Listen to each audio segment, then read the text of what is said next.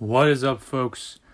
Johnny Jiven coming at you with our first episode of bird watching.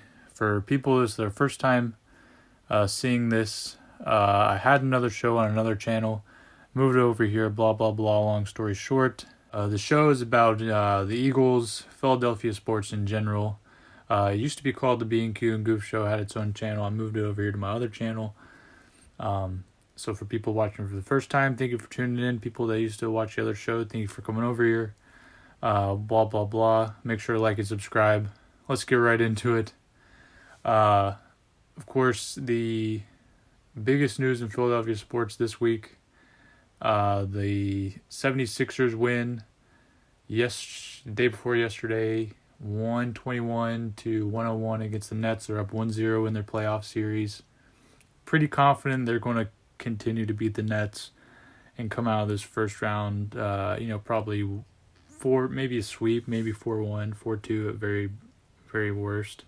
Again, you can't really overlook anybody in the playoffs, but I'm pretty confident we'll make it to the second round at least. The Phillies just got out of it's ironic that I'm starting with the Sixers and Phillies when the show is called Bird Watching. I think it'd be all about the Eagles. But anyway, Philly just had a series with Cincinnati, and I was going to go to it, and it's a good thing I didn't. One, because the weather was bad, a couple rain delays, and two, because the series was bad. I think they went 2-2 maybe. I don't remember. Last night or yesterday they won 14-3. In another game that was rain delayed. So that was good to see, but considering that we basically won every single one of our matchups against Cincinnati last year, and Cincinnati's not a very good team, you would really hope that it'd be more triumphant, a little bit more one-sided on our part, hopefully. Or you would hope that 14-3 result from yesterday would be pretty much the tone of the whole series, but it definitely wasn't. I mean, we lost 8-1, 8-3, something like that to them in one of the games this series.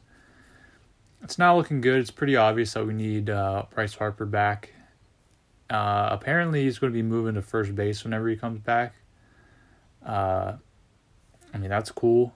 Honestly, I don't care what he plays, just as long as he's back in the lineup. But yeah, it's not looking good for the Phillies as of yet. But it's still early in the season. Of course, once we get Harper back, it's going to be a whole different ball game. Things didn't look like they were going to be that. It looks like it didn't think we'd have much to look forward to last year either. We ended up going to the freaking World Series. So, yeah, nothing to worry about as of yet. I'm not hitting the panic button, but it does suck to see. I haven't really, the past couple series I haven't really been excited about watching Phillies baseball. But, so it's disappointing, but it is what it is. But, going into the Eagles, obviously the big news today is Jalen Hurts. He just signed a big 5-year, $277 million, something north of, $250 million contract, 5-year extension. So it looks like we're going to be having Jalen Hurts for a long time, and that's great to see. Obviously, he broke out last year as one of the best quarterbacks in the NFL. So hopefully, we just see him continue to perform at that level, maybe even improve. I get a feeling that as long as Jalen Hurts is there, we're going to be a competitive team for, however long he sticks around. Hopefully, ideally. But the second biggest news is the draft is coming up. I want to say it's next week. Next Thursday would be the first day. I'm not 100% sure.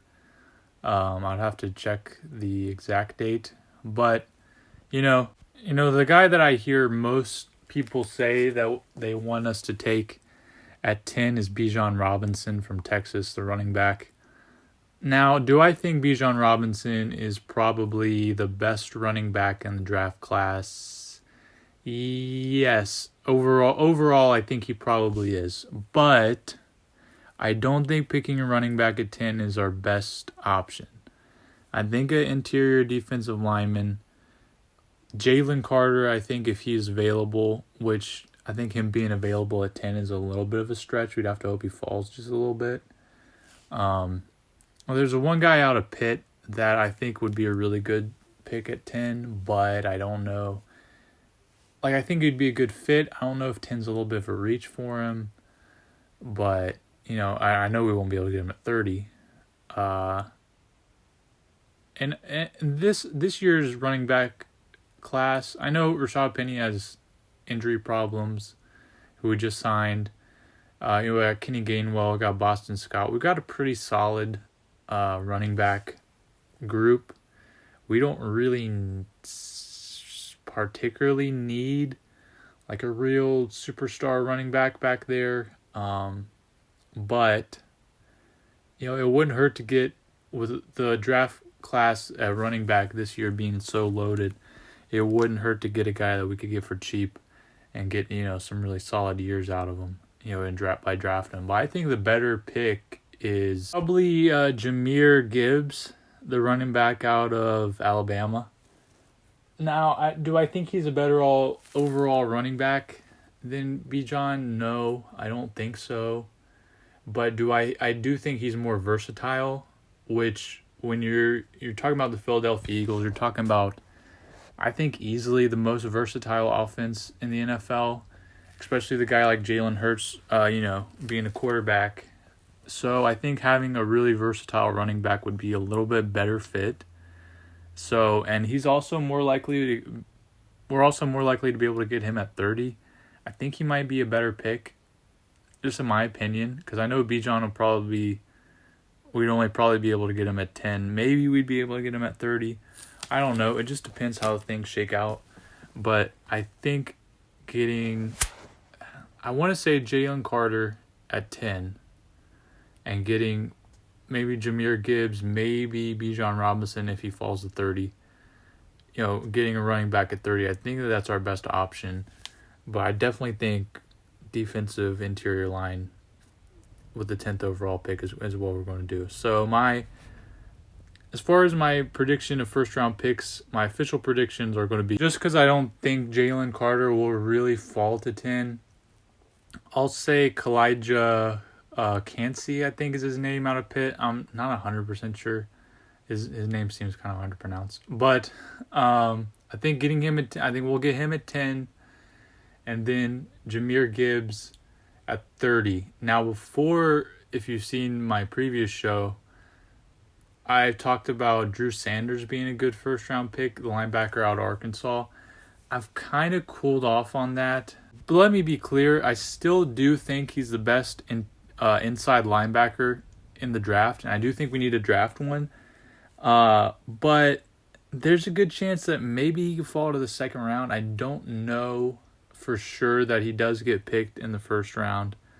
Because, when you think about it, the biggest knock on him, he was, if you watch his tape this year, he's definitely the best linebacker in the country this year. That's why he won the award. It's no secret. Everybody can pretty much mostly agree on that. However, this was really his only year with big-time production, his only year as a starter, pretty much. Back when he was at Alabama, he was really mostly a special teams guy. I know they kind of moved him around, from outside to inside. Maybe that's why he wasn't getting the production he should have got. And you can obviously see his pass rushing skills is from being an outside linebacker. But, that really makes it one. I think there's a really high ceiling for Drew Sanders. But what the problem with him as a draft prospect is, there's also a pretty low floor. He could be a boom or a bust.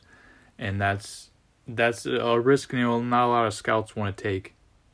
So I would be doubtful if we get him in the first round. Maybe we get him at 30, although I don't think so. If we get him at second round, I think he's definitely a solid second round pick. So I'd like to see that. I do think we need to get an inside linebacker in the draft. I know we got Nick Morrow, free agent, but obviously I don't think he's going to be the future at that position. So I think getting a guy in the draft, and I think a guy like Deion Hensley out of Washington State, he could be a good dark horse guy if we get him in the later rounds. So I don't think it's necessary for us to really maybe reach and get Drew Sanders in the first round. But, it remains to be seen. Speaking of the draft, a Philadelphia star, a former Drexel women's basketball star, Keyshawn Washington, was recently selected in the WNBA draft to go to the Minnesota Lynx, I believe, is what they're called. I don't know what pick she was off the top of my head. I would have to look that up. But I just want to give a quick shout out to her. Congratulations, and congratulations, and thank you for your great career at Drexel. But moving on. Speaking of Minnesota, the Flyers finished their season. They got 2 wins to finish the season, so that means they're not the worst team in the NHL. That's cool. That's something to be grateful for, I guess. Did have a pretty humiliating moment at the end of the year where we lost to the Bruins. Lost to them really bad. I don't remember the exact. It was like 6-3 or 7-3 or something like that. And that was the game they broke the record for most wins in a season. So you hate to have a record broken against you, and especially against a team that I very much dislike, like the Boston Bruins. But it is what it is. We knew this season was gonna be a wash anyway, so let's just hope that they pull it together next year. They won't probably, but we can hope that maybe they will. That's all I got for the first episode. Thank you for tuning in. Thank you for sticking with it as long as you have. Make sure to like this video, subscribe to the channel, check out all the other links to our other content in the link or the description below or whatever. Oh, big news. We now have an affiliation with Coffee Brand Coffee. You can use the link in the description. You can get 5% off your order. So go ahead and do that. They got really great coffee there. I get tea from there all the time. It's some of the best tea I ever had, probably. So I would highly recommend you get this stuff. But again, thanks for listening. I'll see you next time, and let's go Birds. What is up, folks?